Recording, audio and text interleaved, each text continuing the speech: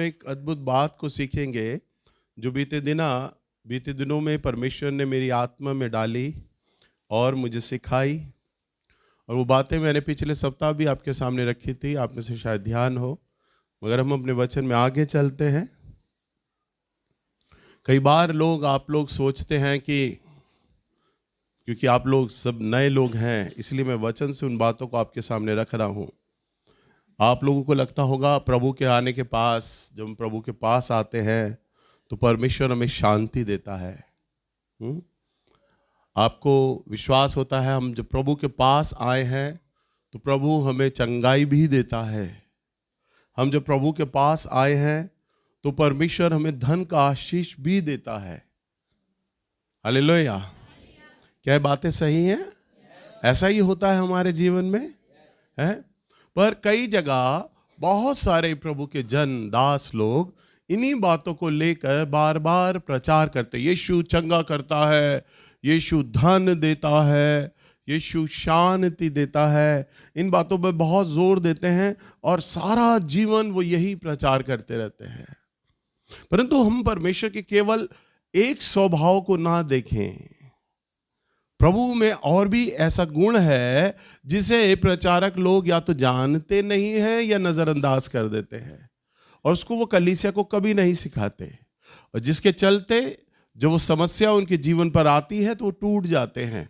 उन्हें नहीं पता होता कि हमारे जीवन में क्या हो रहा है, परमेश्वर ऐसा क्यों होने दे रहा है, क्योंकि वो तो अपेक्षा करते हैं कि प्रभु हमें कभी दुख में पड़ने नहीं देगा, क्योंकि वो तो हमें संभालने वाला परमेश्वर है। उसके दूतों की छावनी हमारे संग है, उसने अपने पवित्र लहू में हमें छिपा रखा है। कई लोग ये विचार करते हैं हम तो कब अभी बीमार नहीं पड़ेंगे क्योंकि अब हम प्रभु के पास आ गए हैं, वो तो हमारे हड्डी हड्डी रोगों को चंगा करेगा, हमारी बीमारियों को दूर करेगा। अब हम पर कभी निर्धनता नहीं आएगी, अब हम पर कभी कर्जा नहीं होगा, क्योंकि प्रभु तो धन का आशीष देने वाला परमेश्वर है। हमारे भैया, हमारे पादरी साहब यही तो सिखाते आ रहे हैं कि परमेश्वर यही करता है, और यही तो हम देखते आ रहे हैं। हालेलुया। देखिए, ध्यान से सुनिए। प्रभु का एक स्वभाव ऐसा है कि वो दुख भी डालता है। वैसे ही हम लोग बहुत दुखी हैं अपने अपने परिवारों से, अपनी अपनी समस्याओं से, और आप तो कह रहे हैं कि प्रभु दुख डालता है।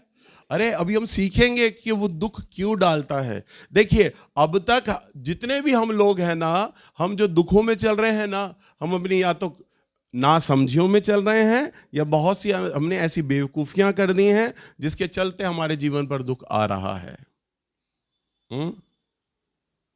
एक बारी एक भाई मेरे पास आया, भैया मैं आत्महत्या करने वाला हूँ, मैं सोच रहा हूँ मैं कभी भी आत्महत्या कर लूँगा, मैं और मेरी बीवी को मैं जहर दे दूंगा, मेरे बच्चों को जहर दे दूंगा, हम सब मर जाएंगे। मैंने कहा क्यों, क्या हो गया भाई?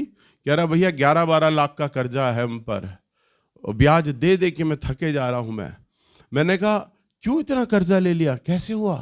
कह रहा भैया पहले मैंने 10,000 से शुरू किया था कर्जा, ये सामान लिया, 20,000 से ये सामान लिया, फिर वो उसका कर्जा उतारा, अब उनको उतारने के लिए दूसरा कर्जा ले लिया, उसका भी बढ़ गया, फिर दूसरा कर्जा बढ़ गया, फिर दूसरा कर्जा बढ़ गया, उसको उतारने के लिए टोपियां चलाता रहा, और 11-12 लाख का हो गया कर्जा। तो जिसको बेवकूफ़ी कहेंगे, समझदारी नहीं कहेंगे। और वो मुझे कह रहा भैया आप प्रार्थना करो प्रभु मुझे इस कर्जे से उबारे। प्रभु कहेगा बेटा बेवकूफियां तुम करो और याद मुझे करो। हालेलुया। पर परमेश्वर जो दुख डालता है ना, उसके दुख डालने में एक योजना होती है। वो अकारण हम पर दुख नहीं डालता, ये बात जान लीजिएगा। जो उसके चुने हुए लोग हैं, जो उसके बच्चे हैं, उसके बेटे बेटियां हैं, उन पर वो अपनी योजना अनुसार दुख डालता है। अगर हम प्रभु के वचन में देखें, पुराने नियम में निकालेंगे अय्यूब की किताब और इसका 5 अध्याय और इसका 18 पद। क्योंकि वही घायल करता और वही पट्टी भी बांधता है, वही मारता है और वही अपने हाथों से चंगा भी करता है। हाँ, क्या लिखा है? क्योंकि वही घायल करता है। घायल घायल वही घायल करेगा। घायल का अर्थ आप जानते हो। लिखा है वही घायल करेगा, वही पट्टी भी बांधता है। बताओ, पहले तो परमेश्वर पीटेंगे, घायल कर देंगे और फिर आपके ऊपर पट्टी बांधेंगे। और लिखा है वो पट्टी भी बांधता, वही मारता भी है और वही अपने हाथों से चंगा भी करता है। यानी आपके ऊपर मल्लम लगाएगा, पट्टी बांधेगा, और जब वो प्रभु मल्लम लगा रहा है, पट्टी बांध रहा है, तो क्या हमारे दृष्टि में क्या परमेश्वर मूर्ख हैं जो प्रभु को पता है कि अब मैं इस घाव पे मल्लम भी लगाऊंगा, पट्टी भी बांधूंगा और इसे सहलाऊंगा भी, पर फिर घाव क्यों दिया परमेश्वर ने? हालेलुया। अगर हम अपने मानवीय दृष्टि से विचार करें, क्या आप अपने बच्चे को ऐसा घाव दोगे कि पहले बच्चे को मैं अच्छे से पीटूं, घाव दे दूं और उसके बाद इस पे मल्लम बांधूंगा, पट्टी बांधूंगा? प्लान करके मारोगे उसे? प्लान करोगे मारने का? पहले मारोगे, चोट दोगे, फिर पट्टी बांधोगे। आप ऐसी मूर्खता नहीं करोगे, पर परमेश्वर ऐसी मूर्खता करते हैं। हालेलुया। क्योंकि उनकी मूर्खता में है ना हमारे लिए वो प्यार छिपा हुआ है। अभी हम इस बात को सीखेंगे। क्यों? क्योंकि परमेश्वर ये चाहता है कि मेरे बच्चे सिद्ध बने, परफेक्ट बने, इस दुनिया में जीने वाले बने, लड़ने वाले बने। वो हमेशा सिक्के का एक रूप ना देखें, वो ये कभी सोचकर मेरे पास ना आए कि प्रभु हमेशा हमें शांति देगा, चंगाई देगा, धन देगा, और कभी अगर इन पर छोटी सी भी मुसीबत आ जाएगी तो ये मेरे नाम को उल्हाना देंगे, मेरे नाम को कोसेंगे, इनका विश्वास मुझ पर से चला जाएगा। वो कभी ऐसी मूर्खता नहीं करते। वो हमेशा हमें ऐसा बनाना चाहते हैं परमेश्वर कि हम परमेश्वर पर पूरी तरह निर्भर होना सीखें। हालेलुया। हम प्रभु पर पूरा डिपेंड होना सीखें। हम परमेश्वर के स्वभाव को, उसके व्यक्तित्व को, उसके काम करने के तरीके को हम सीख ले, जान ले। हमारे जीवन में ये हो रहा है ना, तो ये क्यों हो रहा है? अगर आप प्रभु के वचन को अच्छे से जान लेंगे ना, परमेश्वर के स्वभाव को जान लेंगे, आपको किसी भी ज्योतिष के पास जाने की जरूरत नहीं है। मेरे जी ग्रह बताओ कि कौन सी ग्रह मेरा खराब चल रहा है, शनि कहां पर है, मंगल कहां पर है, कुछ पूछने की जरूरत नहीं, किसी तांत्रिक ओझा पे जाने की जरूरत नहीं। आपको पता होगा प्रभु मेरे जीवन में अब क्या करना चाहते हैं, पता होगा, आपको पता होगा, उसका प्लान पता होगा। आपको पता होगा मेरे जीवन में इस समय ये जो घटना हो रही है, चाहे वो खुशी की हो रही है या दुख की हो रही है, आपको पता होगा कि मेरे प्रभु कर रहे हैं मेरे साथ। आपको पता होगा अगर आप प्रभु के स्वभाव को जानते होंगे। अगर आपको खुशी होगी, आप उसमें तो धन्यवाद देंगे। अगर आप ये जो आज आप सीख रहे हैं, अगर आप इसे पवित्र आत्मा की अगुवाई में सीख जाएं, समझ जाएं, तो दुख भी आएगा ना, उसमें भी आप प्रभु को धन्यवाद दोगे हृदय से। हालेलुया। छोटा सा एग्जाम्पल दे देता हूं। प्रभु ने आपके ऊपर दुख आने दिया, आपके ऊपर बीमारी आने दी, तभी आप यहां आए हो। आपके ऊपर निर्धनता प्रभु ने आने दी, तभी आप यहां आए हो। आपके ऊपर समस्याएं आने दी, तभी आप यहां आए हो। ना संडे के दिन आप अपने रिश्तेदारों को देखते, मिलते, आराम करते। क्यों आए हो यहां पर? दुख है इसीलिए। पर ये प्रभु की योजना है कि आप प्रभु को जानें और सीखें। जो आपकी बिरादरी, आपके रिश्तेदार, आपके जीवन साथी या आपके और दूसरे लोग या राह चलते लोग जो जीवित ईश्वर को नहीं जान पा रहे ना, परमेश्वर ने ये आप पर अनुग्रह किया, आपको मौका दिया कि आप उसको समझें, उसे जानें, उसे सीखें। हालेलुया। इसलिए ये जो दुख है ना, ये जो दुख है ना हमारे जीवन पर जो आया हुआ है, जो इस समय आप यहां हो जिस दुख को लेकर, उसके लिए प्रभु को धन्यवाद दो। ओ प्रभु जी, मैं धन्यवाद देता हूं कि ये दुख आपने आने दिया ना, इसलिए मैं आपको जान पा रहा हूं। प्रभु जी, अगर ये दुख आकर अगर मैं आपको जान लूं तो ये सौदा बहुत सस्ता है पिता। हालेलुया। ये सौदा महंगा नहीं है। मेरी बीमारी के चलते अरे बड़े बड़े ऋषि तपस्वी योग करके, हठ योग करके, अरे अनंत असंख्य लोग ईश्वर को ढूंढ रहे हैं, खोज रहे हैं। आज भी संसार में पता नहीं कितनी तपस्याएं, कितनी पूजा अर्चने, कितने उपवास व्रत रखे जा रहे हैं, हम ईश्वर को पाल लें, ढूंढ लें, खोज लें, परंतु प्रभु ऐसे नहीं मिलते। हालेलुया। मेरी बेटी जब छोटी थी ना, तो मेरे से छुपन छुपाई खेलती थी। पापा छुपन छुपाई खेलो। मैंने ठीक है बेटा। तो मेरी छोटी बच्ची परी अब तो बड़ी हो गई है, तो 5 साल की होती थी। 5 साल का बच्चा एक बड़े आदमी को कैसे खोजे? हम भी छुपन छुपाई खेलते थे, और अब जब हम छुपन छुपाई खेलते थे, हम जब छुप जाते थे तो जो जवान लड़के होते थे वो ही नहीं ढूंढ पाते थे, हम ऐसी जगह छुप जाते थे, मिल ही नहीं पाते थे। मुझे पता है मैंने कैसे कहाँ छुपना है, पर मेरी 5 साल की बच्ची, अब मैं जाके पर्दे के में अपने आप को लपेट लेता था। मेरे पैर तो इतने इतने दिखाई दे रहे हैं नीचे से, अपने आप को पर्दे में लपेट लिया करता था। और मेरी परी मुझे सोफे के पीछे वो आँख 10 तक गिनती करती थी, कहती थी पापा आंखें खोल लूँ? मैं कहता बेटा खोल ले। पर्दे में लपेट लिया मैंने, और वो जैसी पर्दा खोलती थी वो मनी मन कहती थी अरे मेरे बाप को कब अकल आएगी, इसे तो छुपना भी नहीं आता, पर्दे के पीछे खड़ा है ये तो है। 5 साल की बच्ची मेरे पैर देख के समझ जाती थी, पर वो क्या करती थी?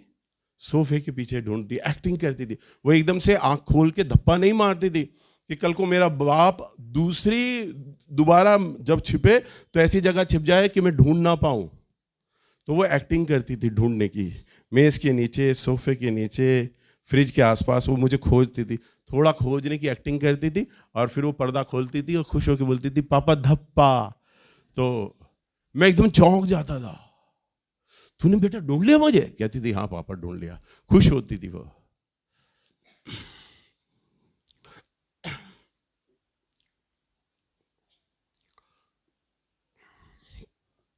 और उसकी खुशी में ना उसकी जीत होती थी, और मैं बड़ा खुश होता था। हमारा परमेश्वर भी ऐसी ही छुपन छुपाई खेलता हमसे। अरे जिसने ब्रह्मांड को बना दिया, जिसने मनुष्य को बना दिया, उसने मनुष्य के अंदर इतना रख दिया है कि अब धरती विनाश की कगार पर आकर खड़ी हो गई है परमेश्वर की योजना के अनुसार। पर विज्ञान अभी तक मनुष्य को खोज नहीं पाया जो परमेश्वर ने मनुष्य में डाल दिया। परमेश्वर ने जो ब्रह्मांड आकाश में जो बना दिया, विज्ञान अभी तक नहीं खोज पा रहा। नई खोज निकाल रहा है। धरती के अंदर इतने जीव जंतु बना दिए, इतने क्रीचर बना दिए परमेश्वर ने, मनुष्य से खोज ही नहीं पा रहा। वो छुप जाए ना तो मनुष्य खोज भी नहीं सकता उसे। पर वो प्रभु, जैसे मैं बेवकूफी करता था ना सामने आने की, मेरा प्रभु भी वही करता है। कहता मैं अपने इन बच्चों पे थोड़ा सा दुख डालूंगा, ये आएंगे, मुझे पुकारेंगे, और मैं इनके सामने आ जाऊंगा। ये कहेंगे पापा दप्पा, हमने आपको खोज लिया। थोड़ा सा दुख देकर वो हमारे आगे प्रकट हो जाते हैं। थोड़ा सा दुख देकर वो सामने आ जाते हैं। अरे ये उसकी योजना है, आप लोग नहीं समझ रहे। ये योजना है आपके परिवार से, उसने आपको चुन लिया। मेरी बेटी मुझे जान जाए, मेरा बेटा मुझे जान जाए, इसलिए ये बीमारी,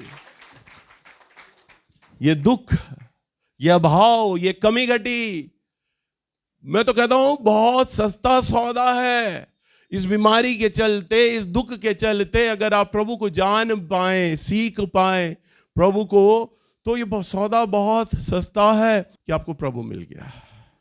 हालेलुया।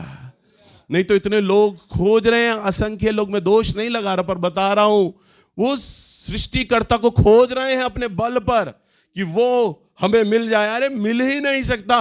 प्रभु कहता है मैं तुम्हें ढूंढने आया हूं। हम खोए हुओं को वो ढूंढने आया है, और लोग उसे ढूंढ रहे हैं जो खोया हुआ है। परंतु परमेश्वर तो हमें अपने आप ढूंढ लेता है। आपको उसने अलग अलग जातियों से, अलग अलग समाज से, अलग अलग धर्मों से अपने आप ढूंढ लिया। ये मेरी बेटी है ना, ये मेरा बेटा, इसके हृदय में है मुझे जानने की इच्छा, दबी हुई इच्छा है, ये जानना चाहता है, और मैं इस पे ये समस्या डालूंगा कि ये मुझे जाने, मुझे सीखे। इसलिए वचन में लिखा है वही घायल करता है और वही पट्टी भी बांधता है। अगर हम प्रभु के वचन में देखें, इब्रानियों की किताब इसका 12 अध्याय और इसका 5वां पद, और तुम उस उपदेश को जो तुमको पुत्रों के समान दिया जाता है भूल गए हो। हे मेरे पुत्र, प्रभु की ताड़ना को हल्की बात ना जान, और जब वह तुझे घुड़के तो साहस ना छोड़। क्या कहता है? तुम उस उपदेश को जो पुत्रों की नाई का मतलब पुत्रों के समान, पुत्र समझकर प्रभु तुम्हें वो ये जो उपदेश दे रहा है तुम भूल गए हो। वचन में लिखा है, वो कहता है, हे मेरे पुत्र, प्रभु की ताड़ना को हल्की बात ना जान। प्रभु की ताड़ना को हल्की बात ना जान, और जब वो तुझे घुड़के तो हियाब ना छोड़ना। हालेलुया। जब वो तुझे घुड़के हियाब ना छोड़ना। और क्यों? 6 पद, क्योंकि प्रभु जिससे प्रेम करता है उसकी ताड़ना भी करता है, और जिसे पुत्र बना लेता है उसको कोड़े भी लगाता है। तुम दुख को ताड़ना समझकर सह लो। परमेश्वर तुम्हें पुत्र जानकर तुम्हारे साथ वर्ताव करता है। वह कौन सा पुत्र है जिसकी ताड़ना पिता नहीं करता? यदि वह ताड़ना जिसके भागी सब होते हैं तुम्हारी नहीं हुई, तो तुम पुत्र नहीं पर व्यभिचार की संतान ठहरे। वो क्या कहता है?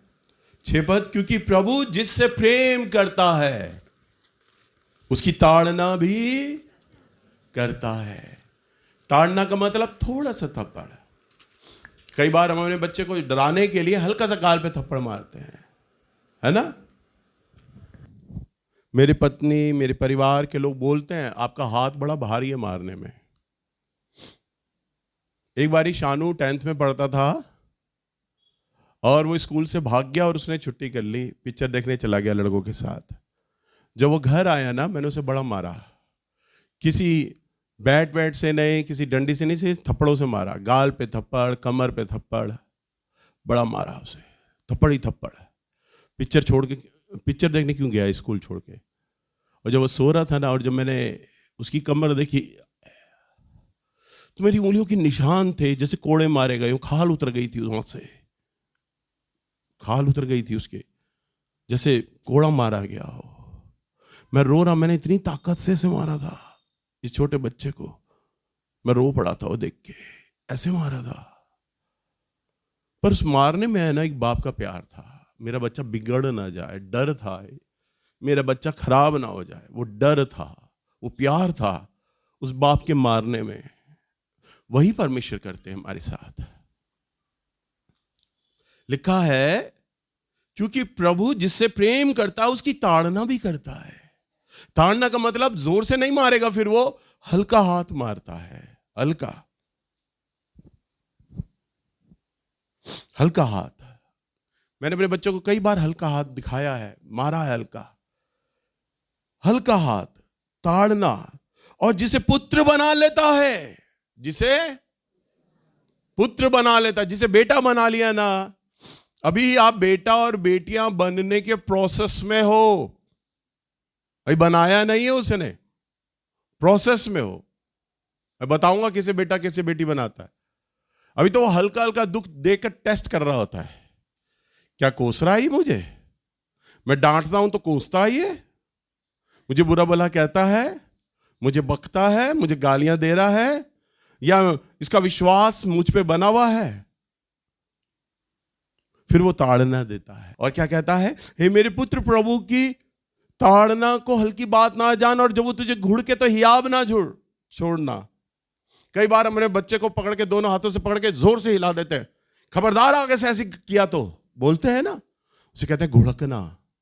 डांट के हिला देते अच्छे से, वो बच्चा घबरा जाता है बुरी तरह।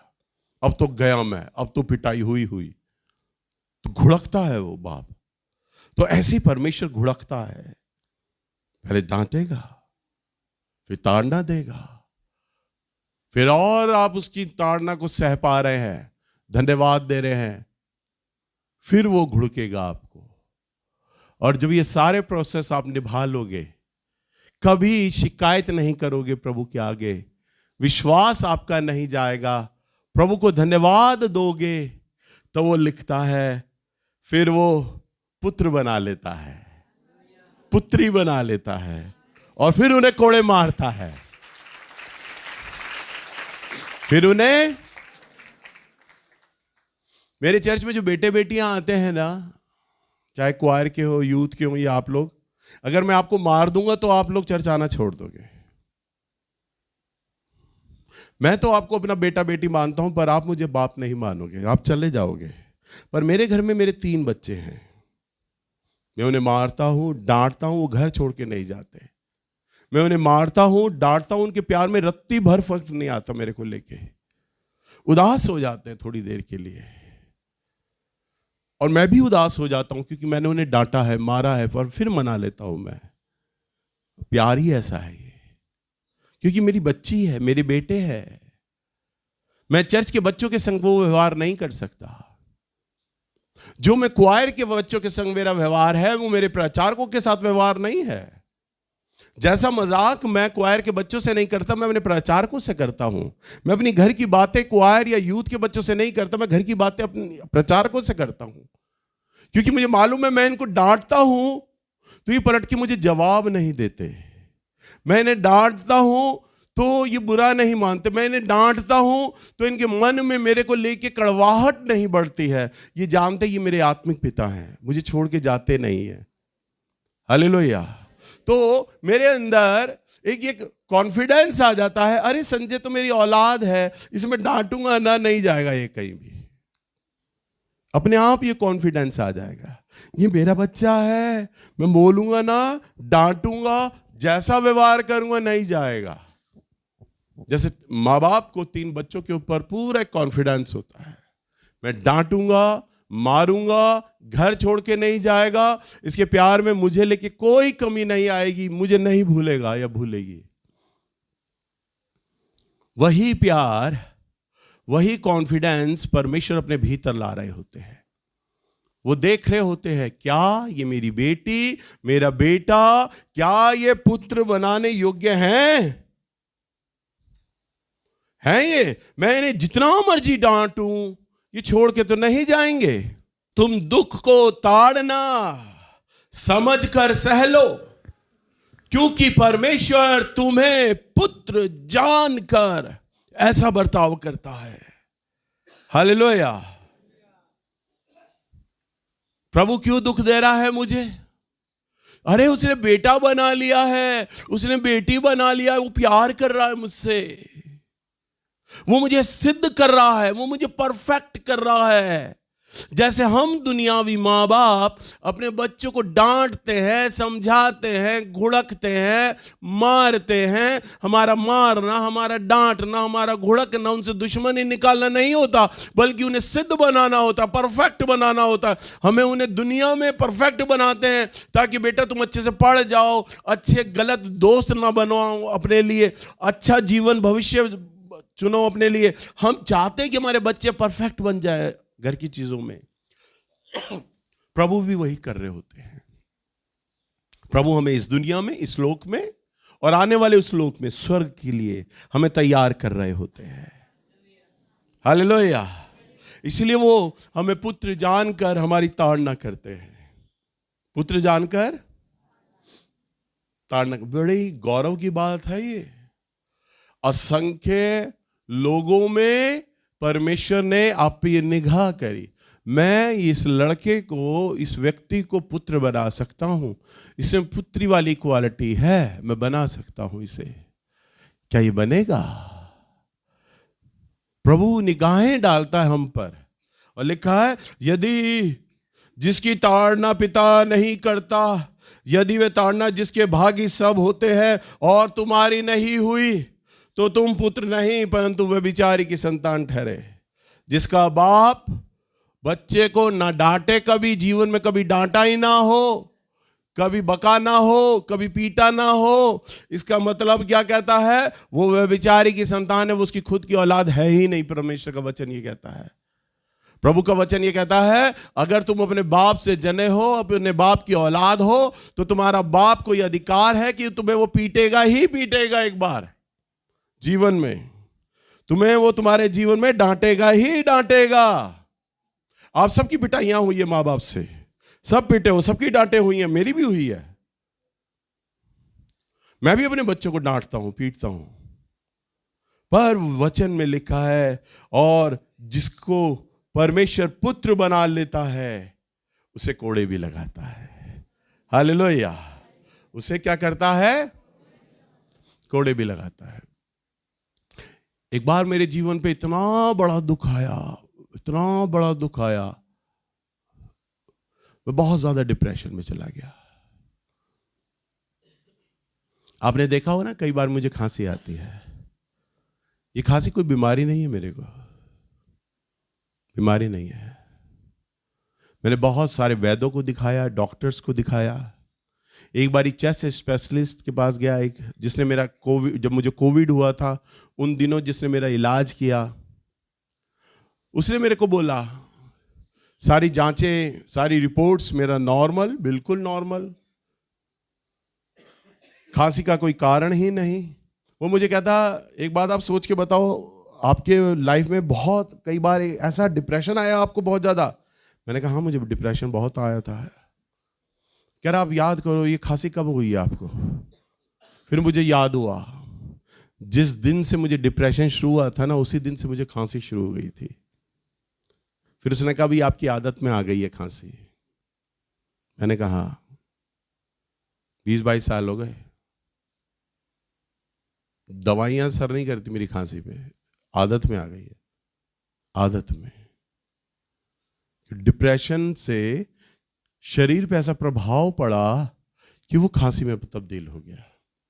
डॉक्टर मेरा गला चेक करे, एलर्जी चेक करे, पता नहीं कितने टेस्ट हो गए, कुछ नहीं निकलता, सब ठीक, सब ठीक, सब ठीक। अब आप सोचो, इतना हाईली डिप्रेशन जिसने मेरे शरीर में उस खांसी को पैदा कर दिया, इरिटेशन को पैदा कर दिया, जो आदत में बदल गई। मैं केमिस्ट से गोलियां लाता था, मेरी केमिस्ट वाले से अच्छी जानकारी थी। 5-5, 8-8 गोली, 10-10 गोली मैं रात को खा के सोता था। नींद ही नहीं आती थी, जागता रहता था, सर दर्द करता था, सोच सोच के फट रहा होता था। सामान होता था वो उठा के सर पे दे दे के मारता था जोर जोर से। किसी को विश्वास ना हो, कभी नीचे आना, चल मेरा सर खोल के देखना, यहाँ से बाल हटा के देखना, अभी तक जख्मों के निशान है यहाँ पे। मेरी पत्नी आज भी जब मेरे बालों में तेल लगाती है, उसे कहता हूँ हल्के हाथ चलाइए। आज भी उन खुरंट में, उन घावों में, उन अंदरूनी घावों में उंगली फेरने तक से मुझे दर्द होता है कि मैं इतनी चोटें मारता था अपने सर पे। डिप्रेशन से सर फटा जा रहा होता था, सोच सोच के दर्द हो रहा होता था। मैं चर्च लेने आता था, उस डिप्रेशन में प्रचार करता था, नीचे जाके रो रहा होता था बुरी तरह, बच्चों के समान। मेरे चर्च के लड़के लड़कियां मुझे आकर नीचे बोलते थे, भैया फलाना फैमिली आया है, आपसे मिलना चाहता है, प्रार्थना कराना चाहता है। मैं अपने आंसू को पोंछता, नॉर्मल करता, अपनी शक्ल ठीक करता, फिर बुलाता, सामने वाले फैमिली का दुख सुनता, समस्या सुनता, उसको तसल्ली देता, उसके लिए प्रार्थना करता। वो चला जाता, फिर रोना शुरू कर दिया करता था। रोते रोते सेवा करी। ऐसे एक रात मैं सो रहा, मेरे पापा ने मेरे आत्मिक पिता को बताया, भैया आप हमारे घर पे आ जाइए, नेल्स को बुला लीजिए अपने पास, इसकी प्रार्थना बंद हो गई है, वचन नहीं पढ़ता, सेवा इसकी खत्म हो जाएगी, सेवा खत्म हो जाएगी, प्रार्थना नहीं कर रहा, वचन नहीं पढ़ रहा, ये रोता रहता है, डिप्रेशन में चला गया है। तो मेरे आत्मिक पिता से मेरा मिलना नहीं हुआ, पर मैं रात को सो रहा एक रात, और जब मैं सो रहा हूं ना, तो मुझे लग रहा है मेरे सर पर, सर की कुर्सी के पास कोई बैठा है और सफेद कपड़ों में है। और कई बार जब हम सपना देखते हैं ना, तो सपने में कई बार हमारे आंसू निकल रहे होते हैं, और जैसे ही हमारी आंख खुलती है ना, तो हम अपनी आंखों में गीलापन भी महसूस करते हैं। होता है ना, कई बार हम अपने उसी सपने की दशा में, या कई बार आप लग रहा है आपके पीछे कोई भूत पड़ा है, या लोग आपको मारने के लिए भाग रहे हैं, और आपकी आंख खुलती है हड़बड़ा कर एकदम से, क्योंकि आप उस समय सपने में थे। आपकी बॉडी वही रिएक्ट करती है जो आप देख रहे थे। मैं देख रहा हूं, मैं सो रहा हूं और मेरे सर के पास कुर्सी पड़ी है और कोई बैठा है वहां पर सफेद कपड़ों में। और जैसे ही मेरी आंख खुली, मैंने एकदम से तेजी से सर घुमाया, और जैसे ही सर घुमाया ना, तो मैंने कुर्सी पर वहां किसी व्यक्ति को बैठे हुए देखा। पर मैं नींद में था, गहरी नींद में हम सपना देखते हैं, मैं गहरी नींद में था। मैंने अपनी ठीक से आंखें मसली और देखूं समझू कौन है, तब तक वो चीज गायब हो गई, दिखी नहीं। पर उस दिन के बाद से मेरा डिप्रेशन चला गया, मैं नॉर्मल हो गया, मेरी फिर प्रार्थना ठीक हो गई, वचन ठीक हो गया, मैं फिर सेवा लेना लग गया। काफी साल के बाद मैं अपने आत्मिक पिता से मिला, मध्य प्रदेश गया, उनके पास बैठा हुआ था। रात का 2 बजे का समय, वो और मैं खाली बैठे हुए। मैंने उनसे अपने जीवन की पूरी वो घटना बताई, क्यों क्या कारण से मेरे जीवन पर डिप्रेशन आया। मैंने उन्हें वो सारी बात बताई। बातों बातों में मैंने उन्हें बोला, मैंने कहा भैया मैंने ऐसा ऐसा सपना देखा, क्या मेरे सर के पास क्या कोई स्वर्गदूत बैठा हुआ था। मैंने कहा मुझे लगा कि कोई स्वर्गदूत है जो मेरे लिए प्रार्थना कर रहा है, क्योंकि प्रार्थना वाला पोजीशन में मैंने देखा, हाथ जोड़े हुए, आंख बंद करे हुए मैंने देखा एक सफेद रंग पे व्यक्ति को। तो मुस्कुराकर बोले, कहते तुम्हें नहीं पता कौन था। मैंने कहा नहीं भैया। कह रहे तुम्हारे कमरे में मसीह यीशु खुद आए थे।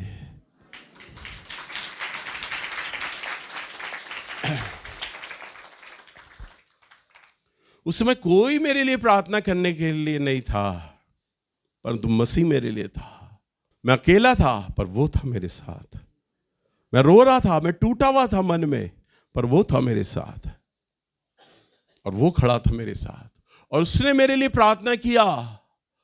मेरे परमेश्वर ने खुद आकर मेरे साथ कमरे में बैठकर मेरे दुख के लिए, क्योंकि वचन में लिखा है पुत्र यानी प्रभु यीशु मसीह पिता परमेश्वर से हमारे लिए एक एडवोकेट है, वकील, मध्यस्थी करता है वो प्रभु यीशु मसीह पिता परमेश्वर से, कि प्रभु तेरा ये बेटा इस समय दुख में है और मैं इसके लिए प्रार्थना करता हूं।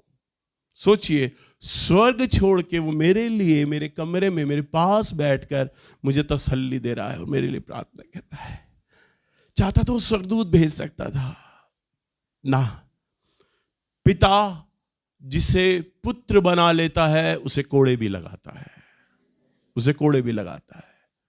मेरे चर्च के अंदर कई लोगों के ऊपर परमेश्वर ने यह प्रकट किया है कि ये जो प्रभु का जन है ना, ये नॉर्मल पास्टर नहीं है, वास्तव में परमेश्वर का चुना हुआ अभिषिक्त जन है। ये वास्तव में पुत्र है। कई लोगों पर प्रकट किया, कई लोगों पर, 1, 2, 10, 5 गवाहियां नहीं, 500 गवाहियां हैं मेरे चर्च के अंदर। प्रभु ने प्रकट किया, दिखाया है उन्हें कि ये मेरा पुत्र है। समय नहीं है, नहीं तो मैं आपको गवाहियां बताता। बहुत प्रकट रूप में, दर्शनों में, स्वप्नों में, आमने सामने दर्शन में लोगों ने महसूस किया, जाना है ये व्यक्ति प्रभु का जन है। क्यों? मैंने उनके मन में या उनके मुंह में वो शब्द नहीं डाले कि तुम मुझे ये बताना। उनके संग वो अनुभव हुए। क्यों अनुभव हुए? क्योंकि प्रभु ने मेरे जीवन पर जो दुख डालते गए ना, डालते गए ना, डालते गए, मैंने कभी भी प्रभु के आगे शिकायत नहीं की, प्रभु आपने मेरे जीवन में ऐसा क्यों होने दिया। हर दुख को मैंने धन्यवाद दिया और गवाही दी। मुझे कोविड होने से पहले प्रभु ने मुझे पहले बोल दिया था, सावधान हो तुझे कोरोना होने वाला है। सोपन में प्रभु की आवाज आई साफ, मुझे बोल दिया था, सावधान हो तुझे कोरोना होने वाला है। और अब यकीन माने उन दिनों में घर से बाहर ही नहीं निकला। अरे प्रभु ने मुझे बताया मुझे कोविड होगा, मैं बाहर ही नहीं जाऊंगा कहीं, और प्रार्थना कर रहा हूं अपने लिए। फैमिली प्रेयर हो रही है, उसमें प्रभु जी कोरोना नहीं होना चाहिए, कोरोना नहीं होना चाहिए, आपके दूत रक्षा करेंगे, आपका लहू आएगा। प्रार्थना करने के बावजूद घर नहीं निकला, किसी से नहीं मिला, उसके बावजूद मुझे कोरोना हो गया, क्योंकि प्रभु ने बोल दिया था तुझे होने वाला है, मैं दुख डालने वाला हूं तेरे ऊपर ये। और 80% लंग्स डैमेज हो गए। मेरी MRI रिपोर्ट आप घर में देख लेना, 2 रिपोर्ट्स पड़ी है मेरे पास, डैमेज हो गए। 80% लंग्स डैमेज होना बहुत बड़ी बात है। 40%, 50% पे लोग मर रहे थे। मैं 80% लंग्स डैमेज हो गया। डॉक्टर्स कहते थे ये आदमी सरवाइव कैसे कर रहा है, कैसे जिंदा, अभी तक समझ नहीं आ रहा जिंदा कैसे है। 5 दिन में आईसीयू में रहा। मैं जिस हॉस्पिटल में था, ऊपर नीचे सब जगह सारे कोविड के पेशेंट्स, सब जगह मौत ही मौत, लोग मर रहे हैं, जवान लड़के लड़कियां मर रहे हैं मेरे सामने, पर मैं जिंदा। 14 दिन बंद कमरे में रहा। सपने में शैतान की साफ आवाज आती थी, देख तुझे तेरी पत्नी ने छोड़ दिया, तेरे 3 बच्चों ने छोड़ दिया, तू तो बोलता तेरी कलीसिया है बहुत बड़ी, तुझे प्यार करते हैं, कौन आ रहा है तुझसे मिलने? कोई नहीं आ रहा तुझसे मिलने। मुझे बार बार शैतान की आवाज आती, कोई तुझे प्रेम नहीं करता, कोई तुझे प्रेम नहीं करता। शैतान की बार बार आवाज आती। पर मैंने उस कोविड में भी प्रभु को धन्यवाद दिया। मैंने, प्रभु जी आपने मुझे बताया था अवश्य आपकी कोई योजना होगी प्रभु, अवश्य आप मेरे जीवन में कुछ ऐसा करने पर हैं। और जब मैं कोविड से ठीक हो गया, उसके बाद जब मैं घर आया, मैंने अपने आत्मिक पिता आए थे दिल्ली में, मैंने उन्हें बताया, मैंने उन्हें सारी बातें बताई। उन्होंने कहा बेटा संसार में उस समय कोविड एक ऐसी महामारी थी जिसमें शैतान को एक बड़ा मौका मिला था, और उसने इस बीमारी के चलते पूरे संसार में कई दास दासियों पर यह हमला किया, और जहां पे भी वो लोग कमजोर हुए ना, उनकी मृत्यु निकल गई। परंतु जो लोग कोविड की इस महामारी में प्रभु पे स्थिर बने रहे, उनका विश्वास प्रभु में बना रहा ना, अब शैतान उनकी कलीसिया में थाथैया करेगा। वह बोलते ही ऐसा है, वो कहते हैं अब सारा बदलाव आ जाएगा, और कोविड से मैं ठीक हुआ हूं, उसके बाद हम अपने किराए के मकान में हैं। सेकंड लॉकडाउन लगा हुआ था, जब दोबारा से हमला हुआ था कोविड का, लोगों के पास घर में खाने को नहीं था, पहनने को नहीं था। उस समय हमने 55 लाख का मकान लिया था, फ्लैट दिया। मेरे अकाउंट में 10,000 भी नहीं थे, परंतु प्रभु ने यह मौका दिया, यह अनुग्रह दिया कि मैंने फ्लैट लिया। उसके बाद मैंने 6 महीने के बाद मैंने, मेरे घर में साली थी जो बचपन से उसे पाला था, उसकी मैंने शादी करी। उसके बाद बड़े बेटे की शादी करी, बड़े बेटे की शादी हुई। उसके बाद बड़े बेटे की शादी के बाद उसने बड़ी कार ली, सफारी कार ली। फिर उसने अपने लिए एक बड़ा फ्लैट ले लिया 180 गज का, फिर दूसरा फ्लैट ले लिया, फिर दूसरी गाड़ी ले ली। प्रभु ने हमें उन्हीं 3-4 सालों में इतनी आशीषें दे दी फाइनेंस की। कोविड का दुख मैंने सहा, प्रभु ने वो सारा रिवॉर्ड में मुझे दे दिया। हालेलुया। अब प्रभु मेरी सेवकाई में भी एक अद्भुत तरीके से एक बड़ी जागृति ला रहे हैं। भौतिक रूप से परमेश्वर ने मुझे बढ़ाया है, आत्मिक रूप से भी परमेश्वर मेरी सेवा को आशीषित कर रहा है और बढ़ा रहा है। और अब तो बदलने पर है मेरी सारी चीजें मेरी कलीसिया के अंदर। हालेलुया। क्यों? क्योंकि वो दुख को, ताड़ना को मैंने सह लिया, क्योंकि परमेश्वर ने पुत्र जानकर मेरे संग ये व्यवहार किया था। ये मेरा बेटा है। शैतान ने जाके स्वर्ग में प्रभु को कहा, प्रभु तू इसे आशीषें दे रहा है, आशीष पे आशीष देता है, तभी तो तेरा धन्यवाद देता है। एक बार इसे मौत के मुंह में डाल ले, एक बार मेरे इसे हाथ में दे दे, मैं देख मौत का स्वाद इसे दिखाऊंगा, ये तुझे कोसेगा, गालियां देगा, तुझे छोड़ देगा, तेरी सेवा को छोड़ देगा। अरे बहुत से पादरियों ने इस संसार में, तेरे कई जनों ने सेवाओं को छोड़ दिया है, तेरे ऊपर से विश्वास चला गया है, इसका भी चला जाएगा, एक मौका मुझे दे दे। प्रभु ने कहा ले, तू इसे भी ले ले। पर जैसे एक बाप अपने बेटे को चिता देता है ना, बेटा सावधान हो जा, अब हमला होने वाला है तुझ पर। प्रभु ने बता दिया था मुझे, मैं जानता था, उस बीमारी को देख रहा था, अवश्य ही प्रभु की योजना है, क्योंकि कोविड होने से तो 10 दिन पहले मुझे बता दिया गया था कि तुझे कोरोना होने वाला है। और मैंने उस चीज को सहा, और 3 साल के अंदर परमेश्वर ने हमारे घर को पूरी तरह बदल दिया। हमारे खाने को, पहनने को, ओढ़ने को, हर स्टैंडर्ड को प्रभु ने यूं करके उलट पुलट करके रख दिया।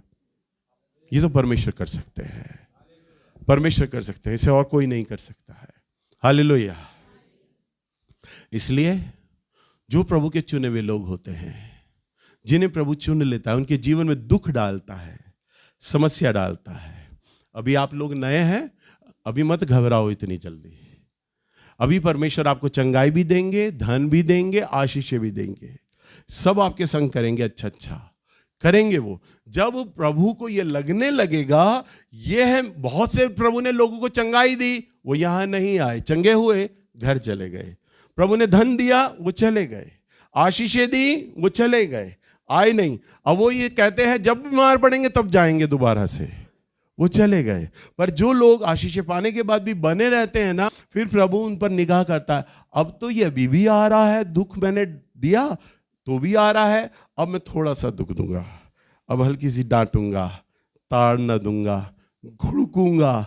और जब वो सब चेक कर लेगा, फिर आपके अंदर वो बेटा देख लेगा, फिर वो बेटी देख लेगा, फिर वो कोड़े भी लगाएगा, और फिर वो आपके लिए अपना स्वर्ग छोड़ के आपके पास, आपके कमरे में भी आ जाएगा, और आपके लिए प्रार्थना भी करेगा, आपके लिए खुद ही संसार में आ जाएगा, और लड़ाई भी आपके लिए करेगा वो, आपके लिए, क्योंकि वो आपको बेटा बना लेगा और आपको अपनी बेटी बना लेगा। आइए हम लोग प्रार्थना करें।